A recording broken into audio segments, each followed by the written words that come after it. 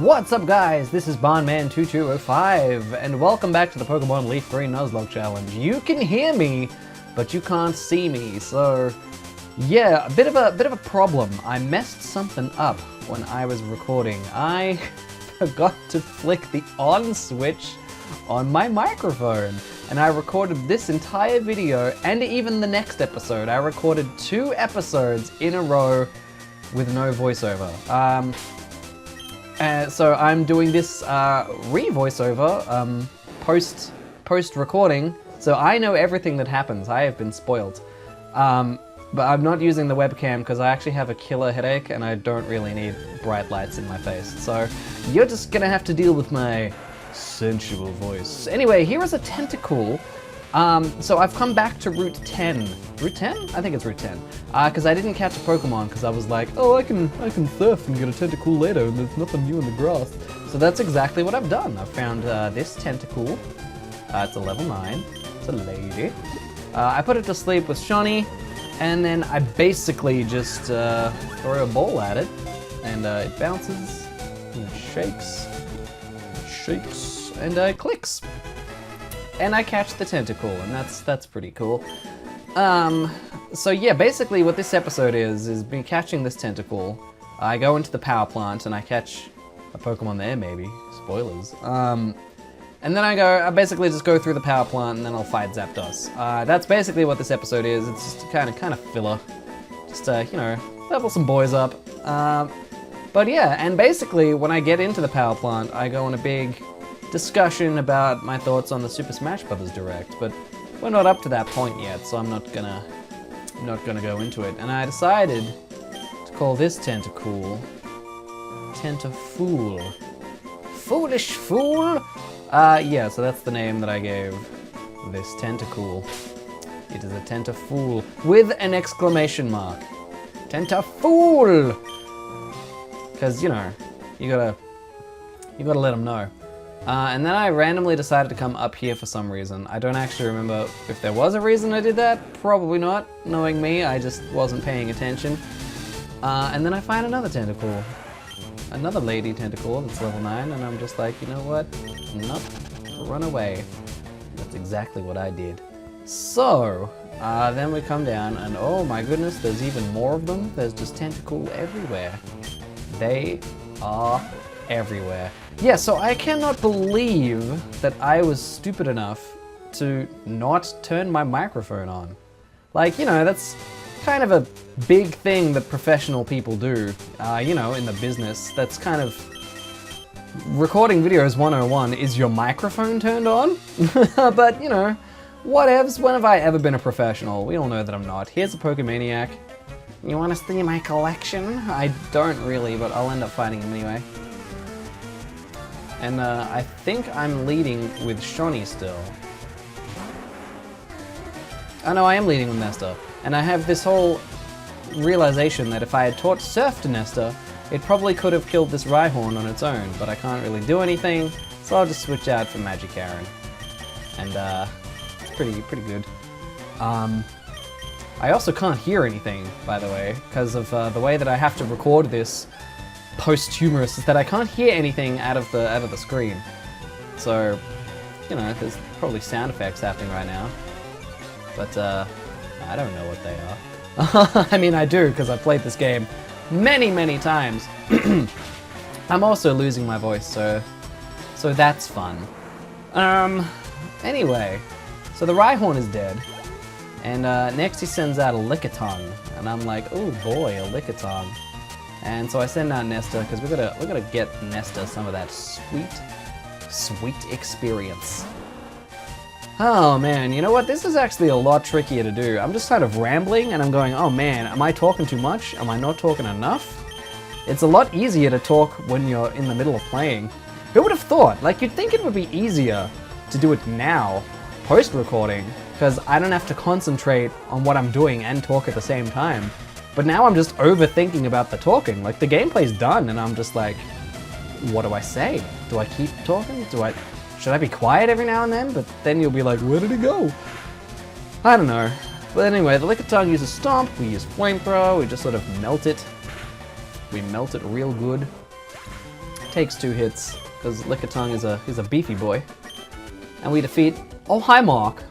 Humph, I'm not angry. I'm not. Oh, hi, Mark.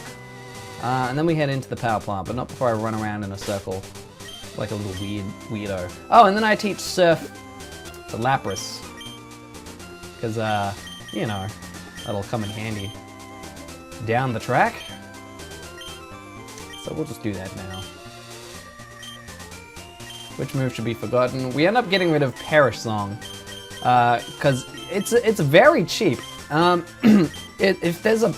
excuse me, I'm so sorry. If there's a Pokemon that you're having trouble beating, you can just use Perish Song and then put, you know, so that, and then just switch out the Lapras so that the Perish Song doesn't affect Lapras anymore.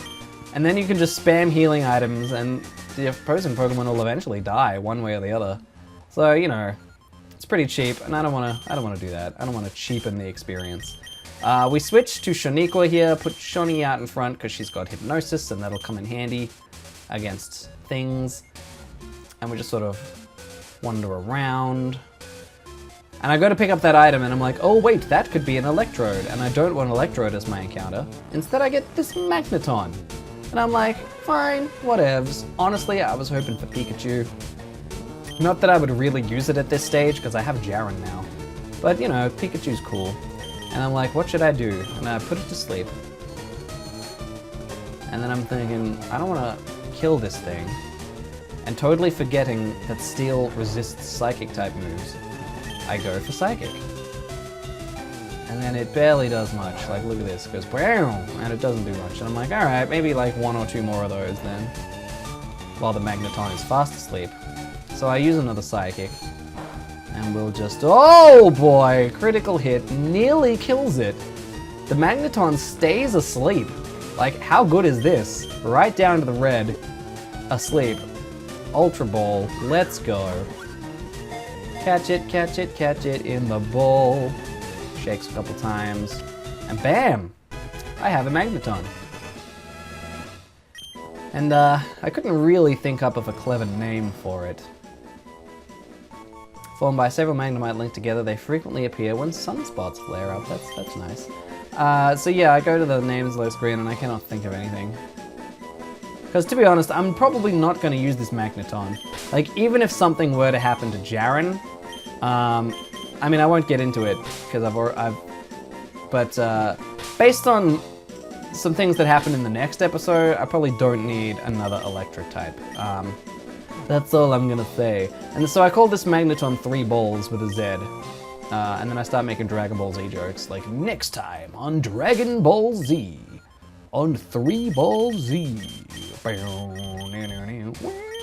Anybody watching Super? I didn't actually talk about this in the original, but I'm watching Dragon Ball Super right now, and I'm digging it, man. I'm digging it. I'm watching the dub. Normally, with anime, if it's a new show, I watch the subs. But if it's a show I grew up watching, like Dragon Ball or Pokemon or Yu-Gi-Oh, I watch the dub, because otherwise it's just too weird. And it conflicts with my nostalgia. So I'm watching the dub of Super. It's pretty cool. I like it. You know, it's a little slow, though not as slow as Z was back in the day. Like, oh my goodness. Oh my goodness. Some of those episodes were just... Anyway, so, let's talk, now that there's nothing much interesting happening from here, I just wander around. I get lost like several times. I can't decide which way to go and I get very indecisive. So there's gonna be a lot of wandering around and me running away from things. So basically, we're gonna take this opportunity to talk about my thoughts on the Super Smash Bros. Ultimate Final Direct that at the time of this recording happened a couple days ago. And I have mixed feelings.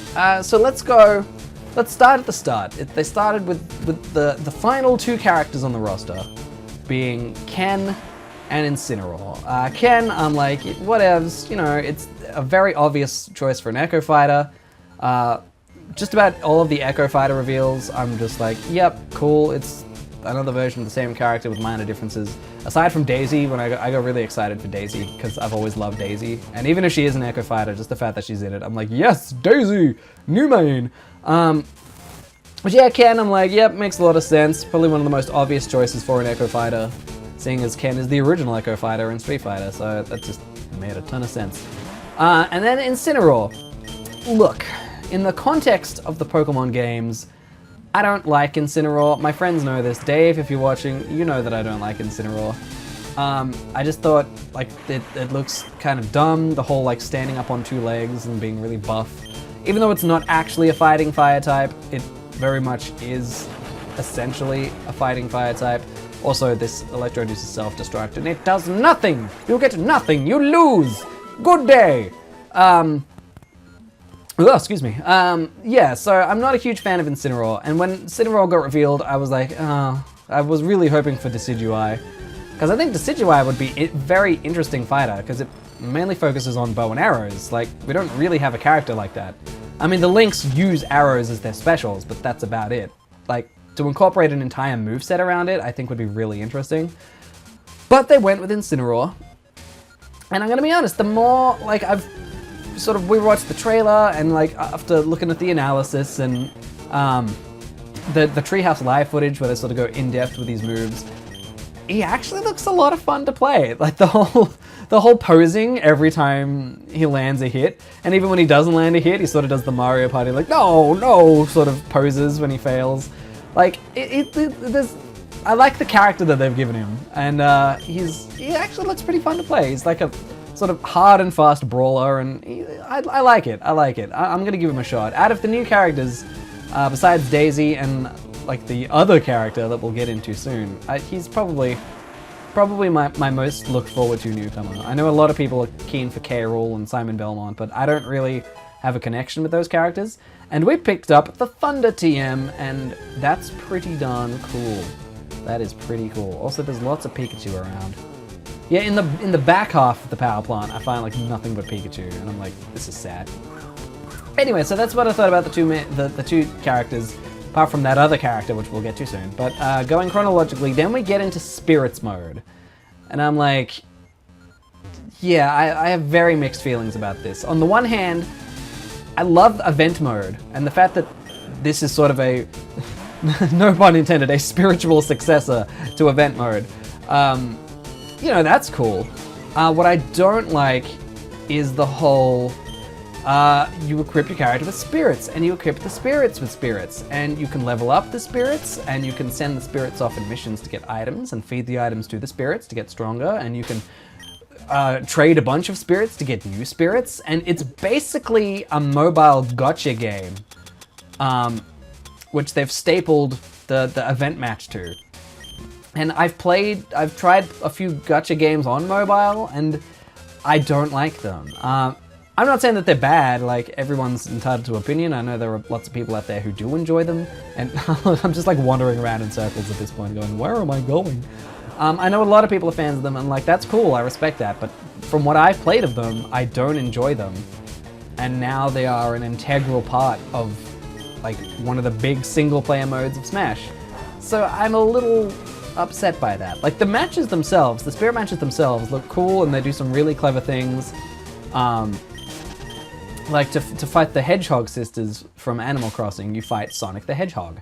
And then, like, he just spams you with the drill item. Like, they do some really clever things around that, but just, you know, the whole gotcha mobile mechanic is just, ugh, I'm not a fan. I mean, I don't know, I might play it and, like, I might love it.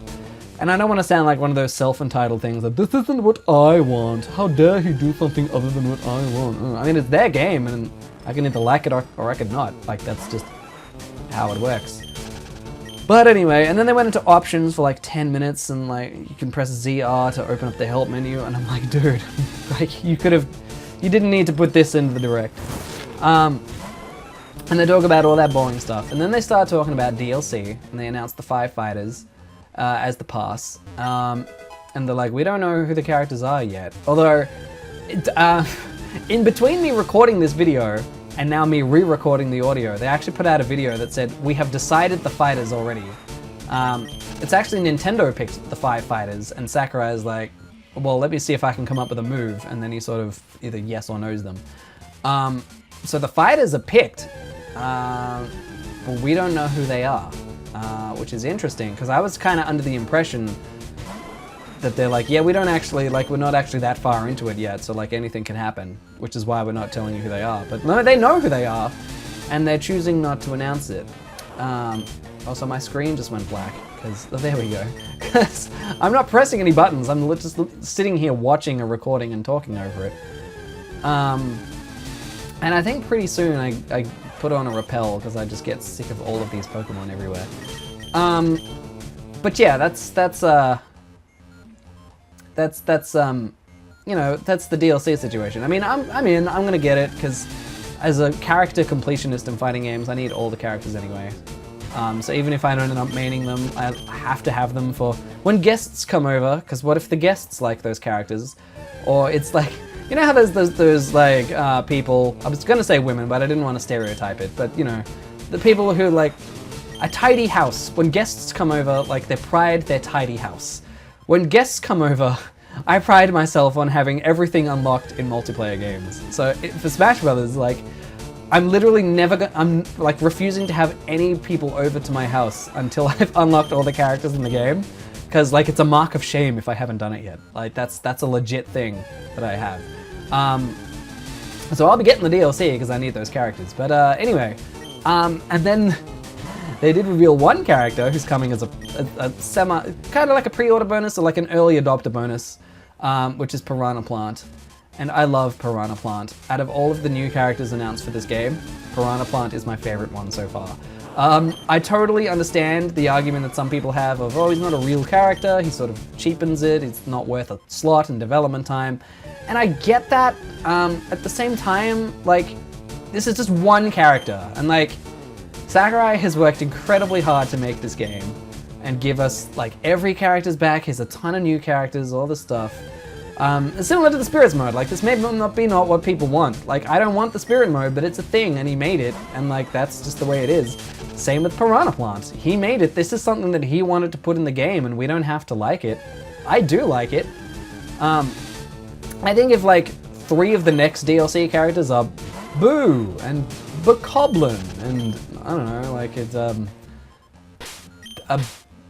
the polar bear from Ice Climbers, like if those were the DLC characters, then like, you know, we've got a bit of a problem. But this is one character in a roster of like, I think it'll be 80 characters by the time the DLC is out. You know, it's fine. It's one character. It's Sakurai being like, you have all of these predictions and expectations of characters, and I have just caught you by surprise with this other character. You know, it's fine. I love it. I'm happy with it. He looks a lot of fun to play. At the end of the day, it's about he looks fun to play, and that's what matters. Is what's fun, and he looks fun. And then World of Light. So I'm a little bit iffy on it because it incorporates the spirits again. That said, the opening cutscene is one of the coolest things I have ever seen. Everybody dies. They just like Thanos. Like they didn't even go 100% Thanos, where he snaps off the universe. They went 200% Thanos, and he's just snapped out everybody. And everybody died. And then they showed that bit with like the overworld map and all of this stuff going on. And right before I sat down to redo this audio, I just watched like an analysis on the trailer and all of this cool stuff that's in it. And I'm hyped. Like, again, I'm a little iffy about the spirits being incorporated into it, but the rest of it, I'm very keen. And that's basically my thoughts in a nutshell. I have mixed feelings. There's some stuff I'm like, there's some stuff I'm like, yeah. But you know, it's still Smash Brothers. I'm still gonna get it, and there's still plenty of stuff to love about it. Anyway, I've been rambling about Smash for like 15 minutes now. Here's a Zapdos that we should probably fight. I decided to lead with Nesta just to get some experience. I probably should have healed Roxanne, and as soon as I pressed the button, I'm like, oh, I should have healed Roxanne. But it's cool, because here's the Zapdos, and here's Nesta. And we're gonna switch over to Roxanne. And Roxanne being a rock type against, a rock ground type against a flying electric type, there's very little that this Zapdos can do to me. It's practically game over, man. Game over. So we'll just slap on Super Potion on Roxanne, just to be on the safe side, because, you know, if it gets like a crit or something, it could kill Roxanne, and we don't want that. And then we hit it with a Rock Blast, well, at least we try to, but it uses Detect, and I'm like, boo, lame. And then it uses Drill Peck. See, it does a decent amount, like not much, but a decent amount. We use Rock Blast, and I'm like, oh, that didn't do as much as I thought. And then I realized, oh, it is a level 50, there's quite a level difference. And the other two birds, like that's gonna deal like twice the damage, because they are part ice and part fire. Plus Roxanne will be stronger by then, so, you know, should have no problem with the other two birds. But anyway, 6 hits, and the Zapdos goes down. And Roxanne doesn't even gain a level from it. So that's it. And we're like, cool. We killed the bird. And we're done. We're done with the power plant. And yeah, basically that's the episode. We basically just surf back to the Pokemon Center and heal up, and I do the whole rigmarole, which I will do right now. Ladies and gentlemen, thank you. Oh, well, there's also this tentacle, but we'll run away from this Tentafool. But it's a level 17. It is much stronger than the other ones we've found so far. But anyway, ladies and gentlemen, thank you so much for checking out this episode of the Pokemon LeafGreen Nuzlocke Challenge. My bad that I didn't hit the recording, the microphone button. And I hope you're not too disappointed that there was no webcam. Again, I had a killer headache, and in order to come up in the webcam, I need to shine a bright light in my face, and I just don't want to be, I don't really feel like doing that right now. And apologies in advance, the next video will be the same. But thank you so much. If you liked this video, give it a like, so I know you liked it. Leave a comment, let me know what you thought. Subscribe, keep it real, keep it Barnman!